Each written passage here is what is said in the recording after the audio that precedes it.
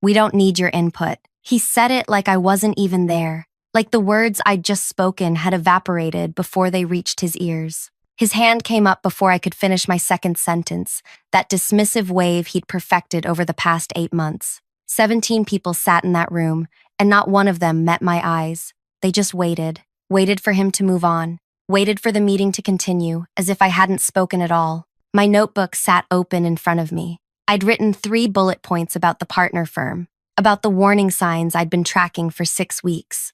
I closed it. The sound of the cover shutting was the loudest thing in that room. That was meeting number 9. I counted them, you see. Every time he interrupted me, every time he raised that hand, every time he spoke over me like my voice was background noise he needed to tune out. 9 meetings where I'd tried to contribute, and 9 times he'd made it clear my thoughts didn't matter. By meeting 11, I'd stopped trying. Thank you for listening to me tell this. Really, I need you to know that someone hears me now, even if he never did. Tell me in the comments where you're listening from. I want to know who's out there, who understands what it feels like to be silenced. My name is Leah. I'm 32 years old, and before all of this happened, I was the kind of person who believed hard work spoke for itself. I grew up in a small town where my dad ran a hardware store and my mom kept the books. They taught me that if you did good work, people noticed. They taught me that competence mattered more than noise. I carried that belief with me through college, through my first job, through every late night I spent building models and checking data while other people were out networking at happy hours. I don't like confrontation. Never have. I'm the person who rehearses conversations in the shower, who writes emails and deletes them 3 times before sending. I bite my thumbnail when I'm nervous. I organize my desk when I'm anxious. And I remember details, small things, the way people phrase sentences when they're hiding something, the exact date someone made a promise they didn't keep.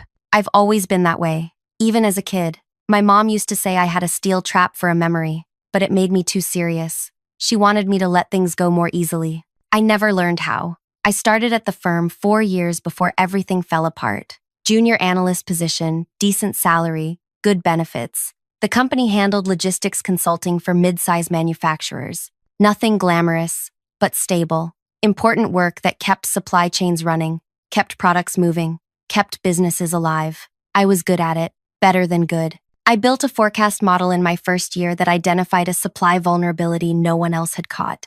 It saved the company $3 million in the first quarter after implementation. The CEO presented it to the board as something the leadership team had collectively observed.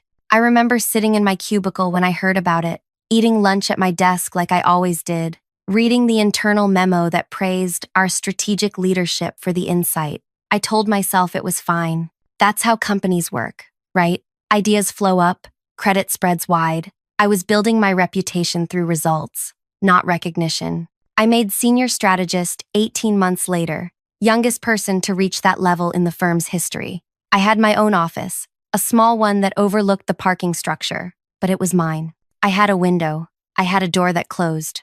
I thought I was building something real. The CEO's name was Robert, 51 years old, business degree, from a respected university, 20 years in the industry. Everyone called him Rob, said it with this familiarity that suggested they'd known him forever. He wore expensive suits, but never the most expensive. He laughed at jokes in meetings, always a beat after everyone else, like he was making sure it was safe to laugh first. In my first 2 years, he'd nod when I spoke. He'd say things like, "Good point," or "Let's explore that." He never said my name when he repeated my ideas to others, but he acknowledged me in the moment. That felt like enough. Things shifted about 8 months before meeting number 11. Small changes at first. He'd check his phone when I presented. He'd interrupt with a different topic before I finished.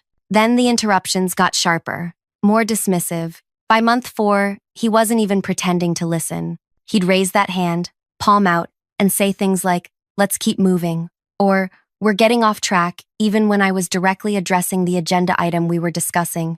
Other people started doing it too. Once he made it acceptable to cut me off, others followed.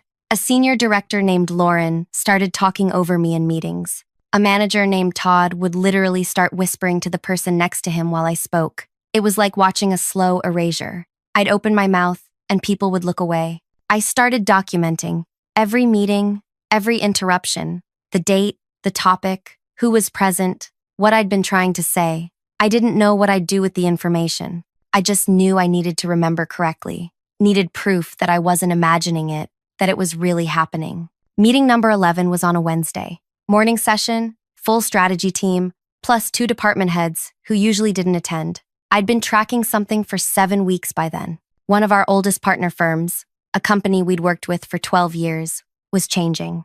Small shifts in their communication. Their CEO had been named to some big foundation board, the kind of position that changes how people see themselves. They'd started using different language in emails, more formal, more distant. I'd noticed them pulling back from 3 collaborative projects, citing scheduling conflicts each time. I knew what it meant. They were repositioning, getting more selective. We weren't going to be a priority for them anymore, and if we didn't adjust our approach, we'd lose them entirely. That kind of loss would hurt. They represented 18% of our annual revenue. I tried to bring it up in meeting 11, got halfway through my first sentence before Robert raised his hand. "Let's stay focused on real concerns," he said. Then he laughed. Actually laughed. Like the idea of me having insight worth hearing was funny. Someone coughed. Lauren shifted her papers. Todd looked at his phone. I closed my notebook and didn't open it again for the rest of the meeting. I walked back to my office afterward and sat in my chair for 20 minutes, staring at the parking structure. Cars pulling in, cars pulling out, people going about their days like nothing had happened. Like I hadn't just been erased in front of a room full of colleagues who'd let it happen without a word. That night, I went home to my apartment and made tea I didn't drink. I sat on my couch with my laptop and started searching. I pulled up Robert's background file from the company archive, the one from his hiring process years before I'd joined. Standard information, education, experience, references. But I started looking deeper. Old interviews in trade publications, industry conference photos, board member profiles. That's when I found it. An interview Robert gave 8 years ago, right after he'd been hired. The journalist asked who'd influenced his career most. Robert named someone, called him a mentor, the man who believed in him when others hadn't, the man who saw his potential. I looked up the name.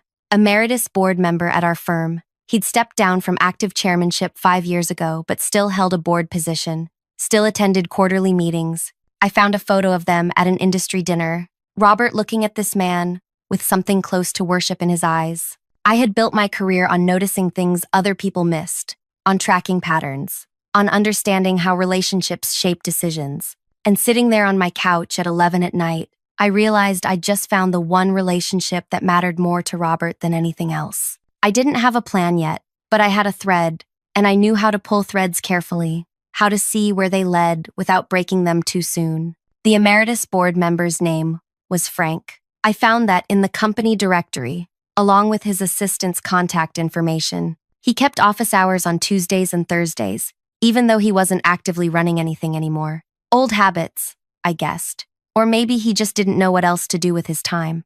I spent a week crafting the email, deleted it 6 times, started over. I needed a reason to reach out that felt legitimate, that wouldn't raise suspicion.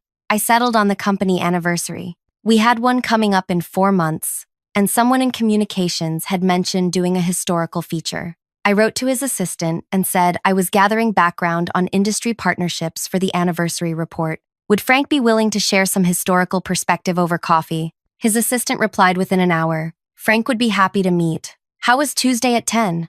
I showed up 7 minutes early to a cafe, 2 blocks from headquarters. I'd never been there before. Didn't want to risk running into anyone from work. Frank arrived exactly on time, and the first thing I noticed was how he moved. Steady, unhurried, like someone who'd never had to rush for anyone. He was 73.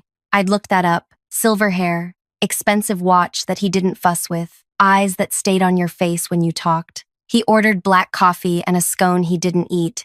"Leah," he said, like he'd been saying my name for years. "I've heard good things about your work." I wondered if that was true or just something people said. "Thank you. I appreciate you making time." We talked for 40 minutes that first meeting. I asked about the early days of the firm, about how partnerships were different back then. He told stories about handshake deals and cross-country flights to meet potential clients in person. He asked what I did, and I explained my role simply. Analysis, forecasting, pattern recognition. That's valuable work, he said. Not glamorous, but essential. Most essential things aren't glamorous, I said. He smiled at that. A real one, not the kind people use in business meetings. You're right about that. I didn't mention Robert, didn't mention being silenced or dismissed or erased. I just listened, asked thoughtful questions, and thanked him for his time. When we parted, he said to reach out if I had more questions. I said I would. I waited 3 weeks before I emailed again. In those 3 weeks, Robert cut me off in 2 more meetings, number 12 and 13, if anyone was counting. And I was, always counting. In meeting 12, I tried to bring up budget reallocation for a project that was bleeding resources. He literally started talking to someone else while I was mid-sentence. Just turned his body away and asked Lauren about her weekend plans. I stopped talking, closed my laptop, no one noticed. Meeting 13 was worse because I'd almost convinced myself it was getting better. I'd prepared a presentation on market trend shifts, spent 8 hours building the deck, checking every data point. Robert let me get through 3 slides before he stood up and said we needed to table this for another time. The meeting wasn't even half over. We just moved on to someone else's update, while my presentation stayed frozen on the screen behind me. I went to the bathroom after and locked myself in a stall. Didn't cry. I'd stopped crying about this months ago. Just stood there breathing slowly, counting tiles on the floor. 11 tiles across, 14 tiles deep, 154 tiles total in that bathroom. Numbers were reliable. Numbers didn't change their mind about you. My second meeting with Frank happened at the same cafe. I'd sent him a question about partnership evolution, about how firms knew when relationships were shifting. He suggested coffee again, and this time, we talked for an hour. I told him I'd been studying how communication patterns changed when partnerships weakened, how language shifted, how timing of responses indicated priority levels. You're looking at behavior, not just contracts, he said. Contracts tell you what people agreed to once, I said. Behavior tells you what they're choosing now. He nodded slowly, like I'd confirmed something he'd been thinking. Have you noticed any patterns in our current partnerships? I had. Of course I had. I'd been tracking them for months, but I kept my answer measured. A few interesting shifts. Nothing alarming yet, but worth monitoring. Send me your observations, he said. I'd be curious to see what you're noticing. I sent him a 2-page analysis that night, carefully worded, professional. I focused on 3 partnerships, including the one I'd tried to warn Robert about. I didn't frame it as a warning, just presented the data. Response time increases, language formality changes, meeting cancellation patterns. Let the numbers speak. Frank replied the next morning, this is excellent work. Let's discuss next week. We fell into a rhythm after that. Coffee every 2 to 3 weeks. Always brief, always professional. I never complained about Robert, never mentioned the meetings where I was silenced. I just talked about the work, about patterns and relationships and the small signals that most people missed. Frank asked good questions. He'd referenced something I'd mentioned in a previous conversation. Show me he'd been thinking about it. During our 4th meeting, he told me about his early career, about a boss who'd never listened to him until it was too late. A major client had left because his boss had ignored warning signs. I tried to tell him, Frank said, but some people can't hear until the consequences are already happening. I sipped my coffee and said nothing, but I filed that story away, turned it over in my mind later that night. Frank had learned young what it felt like to be unheard, and he'd clearly never forgotten. Work got worse. Robert started bringing in an outside consultant, a guy named Brian who'd worked with him at his previous company. Brian sat in our meetings now, and Robert asked his opinion on everything. Actually turned to him and said, "What do you think, Brian?" Like Brian's 3 weeks with our company made him more valuable than those of us who'd been there for years. In meeting 16, I tried to correct an error in Brian's analysis. The numbers he'd cited were wrong. Not opinion, wrong.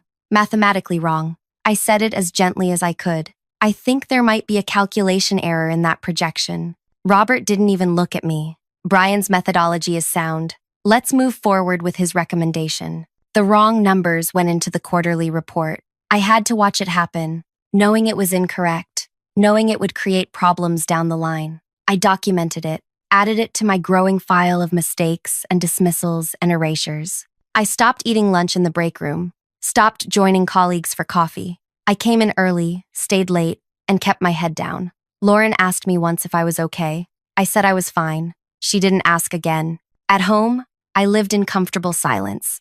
I had a one-bedroom apartment with a balcony I never used. I ordered groceries online. I listened to podcasts while I cooked simple meals. I ran 3 miles every morning before work, the same route every day. Predictability felt safe. Control felt necessary. My younger sister called every Sunday. She lived across the country, worked in graphic design, had 2 kids and a husband who coached Little League. She'd ask how work was going, and I'd say fine. She'd tell me about her kids' latest adventures, and I'd listen and ask questions and feel grateful that someone's life was working out the way it should. I didn't tell her what was happening, didn't want her to worry, didn't want to hear advice about standing up for myself or finding a new job. This wasn't about running away. This was about something else. Something I was still figuring out. My 5th meeting with Frank happened on a rainy Tuesday. We sat near the window, watching people hurry past with umbrellas. I mentioned the partner firm again, the one I'd been tracking for months now. Their CEO had just been announced as a new board member for some prestigious foundation. They're positioning themselves differently, I said, more selective about their associations. Frank stirred his coffee slowly. We should be mindful of that relationship. I tried to mention it in strategy meetings, I said. The words came out quieter than I'd intended, but I'm not always heard. He looked at me for a long moment, not with pity, not with surprise, with something like recognition. Send me your full analysis, he said, directly. I did. 3 pages this time. Detailed timeline of communication changes, data on engagement levels, projections of where this was heading, if we didn't adjust our approach. I didn't mention Robert's dismissiveness. I didn't mention meeting 11 or his laughter or the way he'd made me feel small. Just presented the facts. Let them tell their own story. Frank called me 2 days later, not emailed, called. This is important work, he said. I'm going to share it with a few other board members. I want you to know that. Thank you, I said. No, he replied. Thank you for trusting me with this.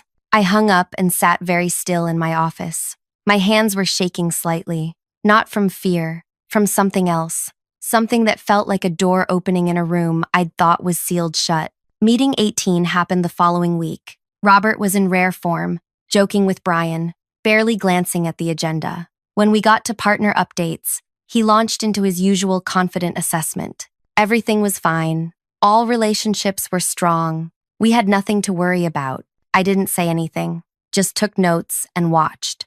2 weeks passed. I heard through Lauren that Frank had started making calls, asking questions about partner relationships, requesting historical data. Robert didn't seem concerned. Why would he be? Frank was emeritus, a figurehead, someone who showed up to quarterly meetings and voted with whatever the active board recommended. Robert didn't know Frank had been having coffee with me for 3 months, didn't know I'd sent analysis directly to him, didn't know that the man whose approval he'd built his entire career on was watching him differently now. I came in early the morning of the quarterly strategy meeting. It was scheduled for 9, full leadership team plus department heads, standard agenda, budget review, project updates, partner relationship status. I'd stopped preparing presentations, stopped hoping my voice would matter. I brought my notebook and planned to sit quietly, same as always. I got coffee from the break room and walked back toward the meeting space. That's when I saw Frank in the lobby, just standing there in his coat, talking to someone from facilities. My heart kicked hard against my ribs. He wasn't supposed to be here. This wasn't a board meeting. This was internal strategy. Frank didn't attend these. He saw me and nodded. Nothing more, just a simple acknowledgement. I nodded back and kept walking. The meeting room filled up. Robert arrived last, laughing with Brian about something. He didn't notice Frank sitting in the back corner. None of them did. They were too busy settling in, opening laptops, pouring water from the pitchers on the side table. Robert called the meeting to order. We moved through budget items, discussed project timelines, everything normal, everything routine. Then we hit partner relationships. Robert stood up. He loved standing when he presented, liked the authority it gave him. Our partnerships remain strong, he started. In fact, I'd say we're in the best position we've been in years. He pulled up a slide showing our top 5 partners. The firm I'd been tracking was listed second. Robert pointed at their logo and smiled. This one's been particularly solid. Their CEO calls me personally to check in. They're desperate to maintain our relationship. A few people chuckled. Robert fed off it, got more animated. Honestly, they'll take whatever terms we offer at this point. They need us more than we need them. He changed his voice then, made it higher, mocking. An imitation of their CEO. Whatever works for you, Robert. We're flexible, Robert. More laughter. Lauren was grinning. Brian nodded along, like this was brilliant business strategy. I felt sick, not because Robert was being cruel, though he was, but because he was doing it in front of the one person whose opinion actually mattered to him, and he didn't even know it yet. Frank cleared his throat, not loud, just enough. Robert stopped mid-sentence, turned, saw Frank sitting there in the back corner, hands folded on the table in front of him. The color drained from Robert's face so fast I could track it happening, pink to white in 3 seconds. Frank, Robert said. His voice had gone thin. I didn't realize you'd be joining us. I wanted to observe, Frank said quietly. His tone was neutral, calm, the kind of calm that made you nervous. Please continue. Robert tried to laugh. I was just explaining our strong partner relationships. Yes, Frank said. I heard. You mentioned that firm whose CEO is desperate for your business, the one you were mimicking. It was just a joke, Robert said quickly. We have a great relationship with them. Frank leaned back slightly in his chair. That's interesting, because their CEO is on the foundation board, the same one I joined last year. We had dinner together, 8 days ago. The room went absolutely silent. Not the kind of silence where people were waiting for more information. The kind where everyone suddenly understood something terrible was happening and didn't know where to look. Robert's mouth opened. Nothing came out. He mentioned something during our conversation, Frank continued. His voice stayed quiet, steady. Said he'd been considering reducing commitments with certain partners. Wanted to focus on relationships built on mutual respect and aligned values. Robert's hands gripped the back of the chair in front of him. Frank, I think there's been a misunderstanding. I don't think so. Frank stood up slowly. I received an analysis last month, very thorough. It detailed exactly the kind of communication shift that indicates a partnership in decline. Response delays, language changes, engagement reduction. The analyst predicted we'd lose this partner within 6 months if we didn't adjust our approach. He paused. Instead of adjusting, you mocked them in a room full of people. Robert looked around frantically. His eyes landed on me. Really looked at me for the first time in months. I saw the exact moment he understood, saw recognition flood his face, followed immediately by something that looked like betrayal, like I'd done something wrong by not letting him silence me forever. I held his gaze, didn't smile, didn't need to, just looked back at him with all the calm I'd been building for months. I'd like to see the full partner relationship analysis, Frank said, the one I received. I think the board needs to discuss this at the next meeting. He walked toward the door, then paused. The analysis was excellent work. Exactly the kind of strategic thinking this firm should be listening to. He left. The door closed behind him with a soft click. Robert stood frozen at the front of the room. Brian stared at his laptop. Lauren suddenly found her phone fascinating. No one spoke. No one moved. I gathered my notebook and stood up. Walked out of that room, with my head up and my hands steady. Behind me, I heard Robert say something about taking a short break. His voice shook. The board met the next day. I wasn't there, but I heard about it afterward. Frank called an emergency session, invited 3 other board members, made some phone calls that morning, including one to the partner firm's CEO, asked direct questions about their relationship with our firm, about their future plans, about their perception of our leadership. The partner's CEO was honest, said they'd been considering ending the partnership, said they'd felt increasingly disrespected, said Robert's approach had become problematic. Frank presented my analysis, showed the board exactly what they'd been missing, what Robert had dismissed as unimportant, what he'd laughed at in meeting 11 while I sat there and absorbed the humiliation. 62 hours after Frank walked out of that strategy meeting, Robert submitted his resignation. The official statement went out that afternoon, pursuing other opportunities, grateful for his time with the firm, wishing everyone continued success. I read it at my desk, let the words settle, didn't feel triumphant, didn't feel vindicated, just felt tired, and maybe a little bit free. Robert cleaned out his office the next morning.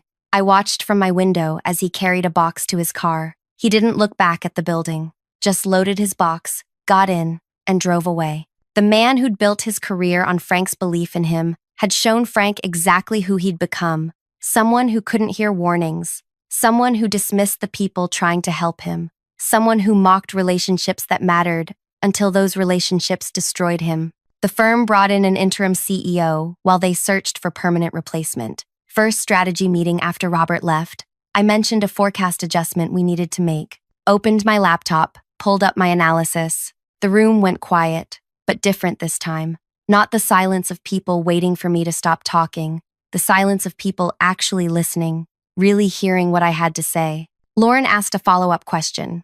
A good one. Brian took notes. The interim CEO nodded and said, "Let's make that adjustment. Can you send the full analysis to the team?" "Yes," I said. I never got Robert's job. Didn't want it. I'm still a senior strategist. Still in my office overlooking the parking structure. Still doing the work I've always done. But now when I speak, people listen. Now when I share analysis, it gets read. Now when I walk into meetings, I don't have to brace myself for erasure. Frank and I still have coffee sometimes. Less frequently now. We don't need the pretense of business discussions anymore. Last time we met, he asked how I was doing. Really asked? Like he cared about the answer? Better. I told him. I'm doing better. He smiled. Good. You should be heard. Your work matters. If you stayed with me until now, thank you. Really. Thank you for listening to what he never would. Tell me in the comments what you would have done in my place. Would you have stayed quiet? Would you have fought differently? And if you want to hear more stories like this, stories about what happens when people finally stop accepting silence, you know what to do. I'll be here, telling the truth about what it takes to be heard.